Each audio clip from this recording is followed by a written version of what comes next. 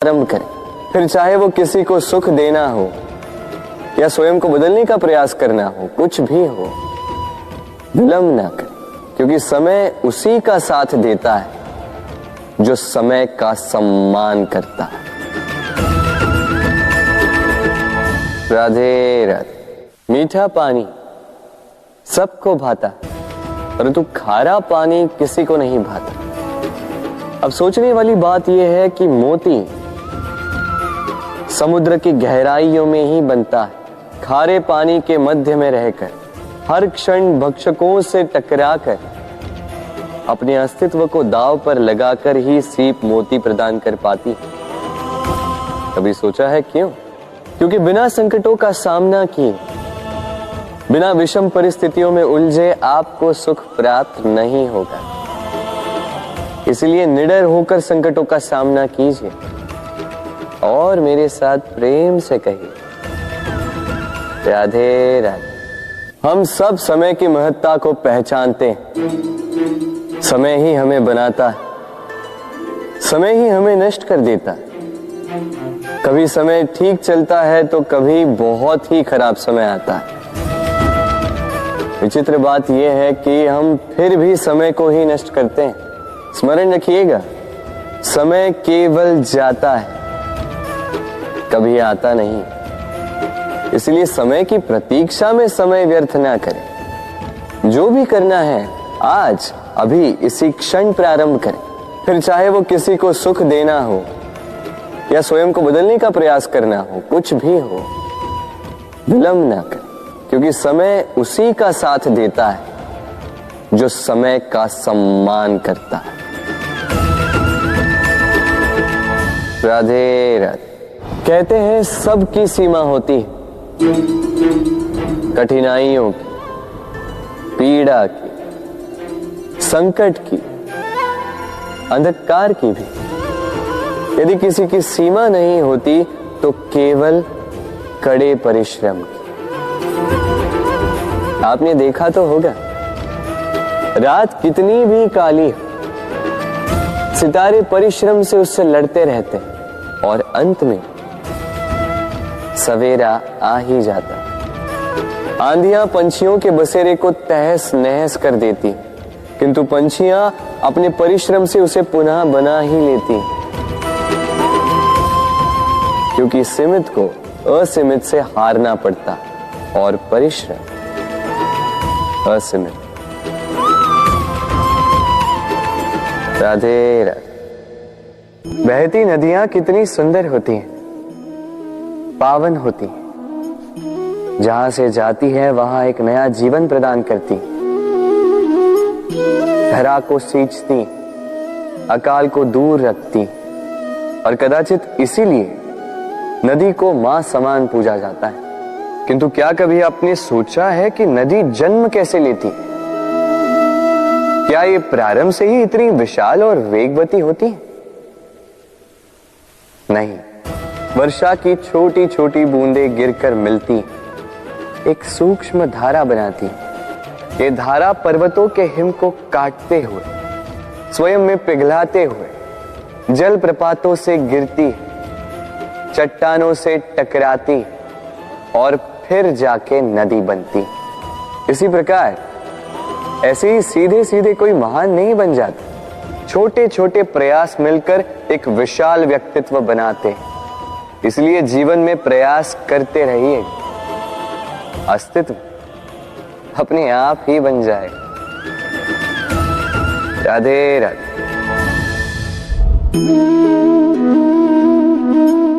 ये पुष्प देख रहे हैं आप? ये वही पुष्प है जिसका जीवन इस डाली पर आरंभ हुआ था। पहले कलिका बनकर फूटा, फिर धीरे धीरे मुख खोला, फिर अपने पंखुड़ियों का विस्तार किया, देखने वालों की आंखों में प्रशंसा देखी, मधु के लिए तितलियों को ललचाया और फिर डाली से टूटकर नीचे गिरा हुआ पाया। क्यों? नियति ने ऐसा क्यों किया? सोचिए। क्योंकि उस डाली पर टिके रहना इस पुष्प के जीवन का ध्येय कभी था ही नहीं। अब या तो ये पुष्प देवताओं के मस्तक पे सुशोभित होगा, या किसी स्त्री के आभूषण में गूंथा जाएगा, या किसी के प्रेम प्रदर्शन का माध्यम बनेगा। देखिए, जीवन में लक्ष्य को पाना है तो यात्रा से भय नहीं होना चाहिए। अपना अस्तित्व बनाना है तो उनकी छाव से दूर जाना ही पड़ेगा जिन्होंने आपको अस्तित्व में लाया। यही जीवन की निरंतरता है।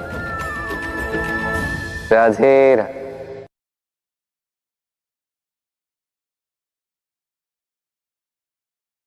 होता है, सागर का जल खारा होता है और किसी नाले का जल दुर्गंध से भरा। क्यों? नदी का जल मीठा होता है क्योंकि वो सबको जल देती है। सागर जल लेता है, इसीलिए खारा होता है। और नाला, उसका बहना रुक जाता है और इसी कारण से वो दुर्गंधपूर्ण हो जाता है, किसी काम का नहीं रहता। हमारे जीवन में भी कुछ ऐसा ही होता है। यदि नदी की भांति जीवन में कुछ देना सीखो तो जीवन में मिठास बनी रहेगी। यदि सागर की भांति बांटने के स्थान पर केवल संचय करते रहो तो मन में खटास बढ़ती रहेगी। और यदि नाले की भांति बहना छोड़ दो, कर्म करना छोड़ दो तो किसी काम के नहीं रहोगे। इसलिए बिना किसी विराम के कर्म करते रहो और जो कुछ भी आपके पास है उसे बांटना सीखो। मन प्रसन्न होकर बोलेगा, राधे राधे। मनुष्य में एक बड़ा ही विशेष गुण पाया जाता है, मूल्यांकन करना। क्या महंगा है, क्या सस्ता है। जिसे खरीदने के लिए अधिक धन लगे, अधिक परिश्रम लगे, वो महंगा। जिसे खरीदने के लिए कम धन, कम परिश्रम लगे, वो सस्ता। परंतु क्या यही पूर्णतः सत्य है?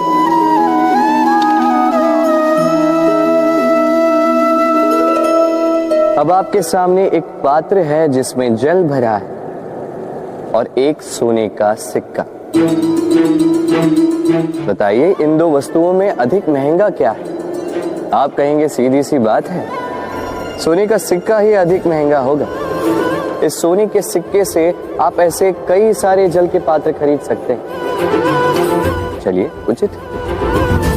अब सोचिए, यदि आप किसी मरुस्थल के बीचों बीच फंसे, प्यास से तड़प रहे, तब क्या महंगा होगा? तब तो आप इस एक घूंट जल के लिए अपनी जीवन भर की कमाई पाई पाई यूं ही गंवाने के लिए सज्ज हो जाएंगे। स्मरण रखिएगा, जीवन में महंगी या सस्ती वस्तु नहीं, परिस्थिति होती। और आवश्यकता पड़ने पर जो काम आए, उससे अमूल्य इस संसार में और कुछ भी नहीं। राधे राधे। ये है सुई और ये है तलवार। अब आप बताइए, आपके दृष्टिकोण से इन दोनों वस्तुओं में से क्या अधिक शक्तिशाली और महत्वपूर्ण होगा? आप कहेंगे तलवार ही अधिक शक्तिशाली या महत्वपूर्ण है। चलिए मानते हैं तलवार अधिक भारी होती है। तलवार युद्ध में आपको विजय दिलाती है, शत्रु का विनाश करती है। किंतु तलवार से कभी आप आपके वस्त्र सी नहीं पाएंगे। यदि पांव में कांटा चुभ जाए तो उसे आप तलवार से नहीं निकाल सकते। आपको सुई का उपयोग करना ही होगा। अब बताइए, तलवार को पाने के पश्चात ऐसे इस प्रकार सुई को खो देना क्या उचित होगा?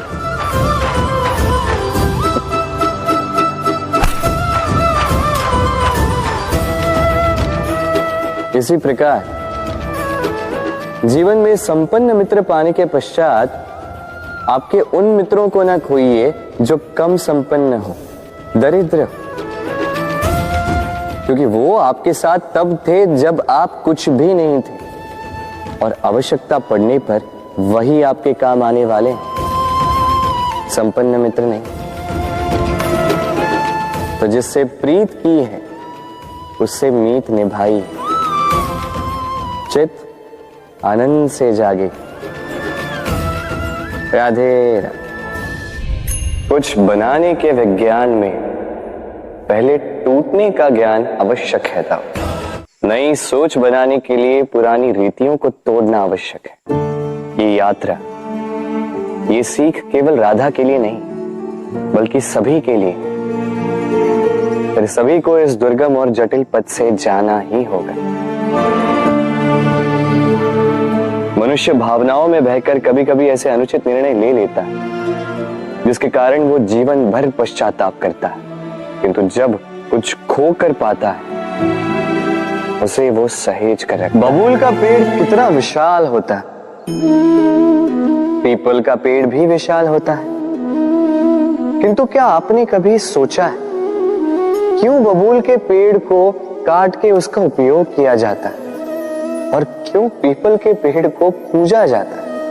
इसलिए क्योंकि पीपल का पेड़ उसके नीचे बैठे पथिक को छाया देता है, अपनी डाली पर असंख्य पंछियों को बसेरा देता है, किसी को काटे चुबाकर दूर नहीं करता बल्कि उसे शीतल छाया देकर उसकी थकान हर लेता। इस संसार में यदि आपको सम्मान पाना है तो पीपल की भांति ही बनना होगा। कुछ देना सीख, आनंद, सुख, शीतलता बांटना सीखो और कांटों की भांति कभी किसी को कष्ट ना दो। सम्मान स्वयं चल के आपके पास आएगा और मन प्रसन्न होकर बोलेगा राधे राधे। हम सब ये मानते हैं कि हमें जीवन में कभी न कभी किसी न किसी स्थान पर प्रेम होता ही, फिर चाहे वो माता पिता को संतान से हो, ज्ञानी को ज्ञान से हो, किसी कलाकार को कला से हो, आदि इत्यादि। किंतु क्या वास्तव में ये प्रेम ही है? मोह भी तो हो सकता है। अब आप पूछेंगे कि प्रेम और मोह में अंतर क्या? अंतर है बंधन का, जो आपको बांधे वो मोह है, प्रेम में। प्रेम वो जो आपको मुक्त कर विकास की ओर भेजे। चलो आपको एक उदाहरण देता हूं। कुछ माता पिता अपनी संतान को किसी अन्य नगर में पढ़ने के लिए भेज नहीं पाते, अपनी संतान को उसके मित्रों के साथ खेलने के लिए भेज नहीं पाते, चिंतित रहते हैं कि कहीं उनकी संतान को पीड़ा ना पहुंचे और इसीलिए उसे बांध के रखते हैं। ये प्रेम नहीं है, ये मोह है। क्योंकि यदि ये प्रेम होता तो वो चाहते कि संतान माता पिता की छांव से बाहर निकलकर इस संसार को देखे, उसे समझे, उससे ज्ञान ले, अपनी अनुभवों से सीखकर अपना स्वयं का एक व्यक्तित्व बनाए। स्मरण रखिएगा, मोह से भय पैदा होता है और प्रेम से केवल आनंद। इसीलिए बांधिए मत, मुक्त कीजिए, क्योंकि यही प्रेम है। राधे राधे। संसार में संबंध बहुत ही महत्वपूर्ण होते हैं। अब प्रश्न ये उठता है कि संबंध कैसे होने चाहिए। संबंध शब्द के प्रारंभ में ही सम शब्द आता है। सम अर्थात समानता। तो किसी के साथ संबंध निभाते हुए इतना मत झुकिए कि उठने के लिए किसी के सहारे की आवश्यकता पड़ जाए। स्मरण रखिएगा, जो झुकाना चाहे वो कभी संबंध निभा नहीं पाएगा। संबंध उसी के साथ जोड़िए जो आपको समान माने, आपको सम्मान दे, क्योंकि सम्मान से ही संबंध पनपेगा और बढ़ेगा। राधे राधे। कभी सोचा है जब माता संतान को जन्म देती है तो क्या होता? 9 माह का गर्भ, प्रसव की तीव्र पीड़ा। कहते हैं ये पीड़ा इतनी भयंकर होती है कि मानो जैसे संतान के जन्म के साथ माता को भी एक नया जन्म मिल जाता है और इस जन्म के साथ अंत होता है माता की पीड़ा। किंतु यदि आप दृष्टिकोण बदलकर देखें तो आप ये समझेंगे कि पीड़ा का ये अंत एक अपार आनंद का प्रारंभ है। आरंभ संतान का और संतान माता पिता के लिए सुख का प्रारंभ है। जीवन के साथ भी यही होता है। हम कभी कभी किसी संबंध या किसी स्थिति के पीड़ादायक अंत के कारण इतने विचलित हो जाते हैं कि उस आनंदमयी प्रारंभ को देख ही नहीं पाते। स्मरण रखिएगा, पीड़ा आनंद के प्रारंभ का लक्षण। राधे राधे। व्यक्ति के सर पर जब क्रोध चढ़ जाता है तो उसे सत्य और असत्य के बीच का ज्ञान नहीं होता। क्रोध उसकी दृष्टि को धुंधला कर देता है और फिर उसके पश्चात केवल माया और कपट ही उसे आगे का मार्ग दिखलाता है। अपने स्वार्थ की सिद्धि के लिए अग्नि क्या करती है? जलाती है। फिर चाहे वो लकड़ी हो, कोयला हो, वस्त्र हो, जो भी आप अग्नि में डालोगे वो भस्म हो जाएगा। किंतु सोना, यदि आप सोने को अग्नि में डालोगे तो वो कुंदन बनकर अपना अस्तित्व निखार लेता है। यदि आप लोहे को ताप दो तो वो फौलाद बन जाता है। क्यों होता है ऐसा? क्योंकि उनके भीतर की अग्नि उनको जलाने वाली अग्नि से अधिक तीक्ष्ण होती। ये अग्नि है निश्चय की, ये अग्नि है पवित्रता की। यदि आपका निश्चय दृढ़ हो, आपके विचार पावन हो, तो कुंदन बनकर निकलोगे, फौलाद बनकर निखरोगे, भीतर से बल पाओगे और कोई आपके साथ अनिष्ट नहीं कर पाएगा। राधे। व्यक्ति का जीवन क्या है? अब आप कहेंगे जन्म और मृत्यु के बीच का समय। और मृत्यु कब होती है? जब व्यक्ति श्वास लेना छोड़ दे, हाथ पांव चलाना छोड़ दे, सोचना छोड़ दे। ऐसा नहीं। देखिए, जल की मृत्यु तब नहीं होती जब वो सूख जाती। जल की मृत्यु तब होती है जब वो प्यास बुझाना बंद कर देती है। सूर्य की मृत्यु तब नहीं होती जब उस पर ग्रहण लग जाए या जब सूर्यास्त हो जाए। सूर्य की मृत्यु तब होती है जब वो भविष्य में इस संसार के जीवों को प्रकाश की आशा देना छोड़ दे। उसी प्रकार मनुष्य का अंत, उसकी मृत्यु तब होती है जब उसके भीतर की करुणा का अंत हो जाए। करुणा वो भाव है जो मनुष्य को मनुष्य बनाए रखती है, जो एक मनुष्य को किसी और मनुष्य का कष्ट, उसकी आवश्यकता का अनुभव कराती है, जो उसे बल देती है किसी और की सहायता करने के लिए, उसे पात्र बनाती है इस सृष्टि का नियंता बनने के लिए। देखिए, संसार में मृत्यु केवल एक बार होती तो उससे पूर्व क्यों मरना? इस करुणा को क्यों मारना?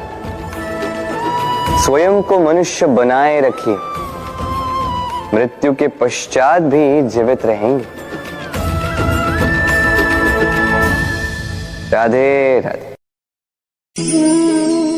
नवरात्रि का पर्व आरंभ हो चुका है और ये पर्व अत्यंत भव्य है, क्योंकि ये पर्व जगत माता से जुड़ा है। मां, कितना छोटा सा शब्द है, किंतु ठीक से देखो तो समस्त संसार इसी शब्द में समा है। मां जो अपनी संतान के लिए हर संभव प्रयास करती है, कुछ भी करने के लिए सज्ज रहती है। मां जिसका सबसे बड़ा गुण निश्चलता, मन में ना कोई पूर्वाग्रह, ना कोई भेदभाव, ना कोई छल कपट, और इतनी भोली होती है मां। संतान भले ही झूठा रो दे, मां को लगता है कि कदाचित वास्तव में भूख लगी होगी। मां चाहे जन्म देने वाली हो चाहे पालने वाली, स्वर्ग, ये स्वर्ग हमें मां के चरणों के नीचे ही प्राप्त होता है। इसी मां को हमारा शत शत प्रणाम। राधे। सहनशीलता मां का दूसरा सबसे बड़ा गुण। कहते हैं कि धरती से अधिक सहनशील और कोई नहीं। उसे खोदने के पश्चात भी धरती हमें फसल देती है, किंतु मां, ये मां धरती से कम सहनशील नहीं। तनिक सोचिए, 9 माह तक संतान को अपनी कोख में रखना, क्या ये सहनशीलता कोई पुरुष दिखा सकता? क्या ये सहनशीलता कोई पिता दिखा सकता है? स्त्री में शील भले, सहनशीलता की परिभाषा उसे मां बनने के पश्चात प्राप्त होती है। स्वयं का अस्तित्व भुलाकर संतान का अस्तित्व बनाती है। शिशु की लात खाकर भी आनंद से उसे दूध पिलाती है। ये होती है मां, और इसी मां जननी को हमारा शत शत प्रणाम। राधे राधे। मां का एक और सबसे महान गुण, स्वयं को ढालने की अद्भुत शक्ति। जिस प्रकार एक मां स्वयं को ढाल सकती है और कोई नहीं कर सकता। मां एक महानदी की भांति है, जिसकी ऊर्जा असीमित है किंतु अहंकार बिल्कुल नहीं। जिस प्रकार एक नदी ढलान के अनुरूप मुड़ जाती है, उसी प्रकार एक मां अपने संतान के अनुरूप ढल जाती है, चाहे जैसी भी परिस्थिति हो। उसके सोने के समय के अनुरूप स्वयं का सोना, उसके जागने के समय के अनुरूप स्वयं का जगना। संतान की इच्छा का भोजन वो स्वयं का मनपसंद भोजन बना लेती। ये मां का आंचल ही तो है, जो धूप में छाप बनकर आता है, जो शीत में कंबल बनकर आता है। मां ऐसी होती है कि संतान की निद्रा ना टूटे, इसलिए एक करवट सोने का अभ्यास कर लेती, और इतना स्वयं को केवल वही ढाल सकती है जो संतान की ढाल बन सकती। इसी मां को हमारा शत शत नमन। राधे राधे। मां के 2 और सबसे महान गुण, साहस और संबल। साहस ये कि वो अपने संतान के लिए कुछ भी कर सकती, और संबल ये कि वो अपनी संतान को कभी टूटने बिखरने नहीं देगी। तनिक सोचिए, जब भी आपको चोट लगती है, चीख से पूर्व मां का नाम मुख में क्यों आता है? तनिक सोचिए, जब आपको बल की आवश्यकता होती है, साहस की आवश्यकता होती है, आगे आप अपना मार्ग देख रहे हैं जो अत्यंत कठिन प्रतीत हो रहा है, तब मुख से मां की ही शपथ क्यों निकलती? क्योंकि मां ही है जो हमें साहस देती, मां ही है जो हमें सहारा देती है।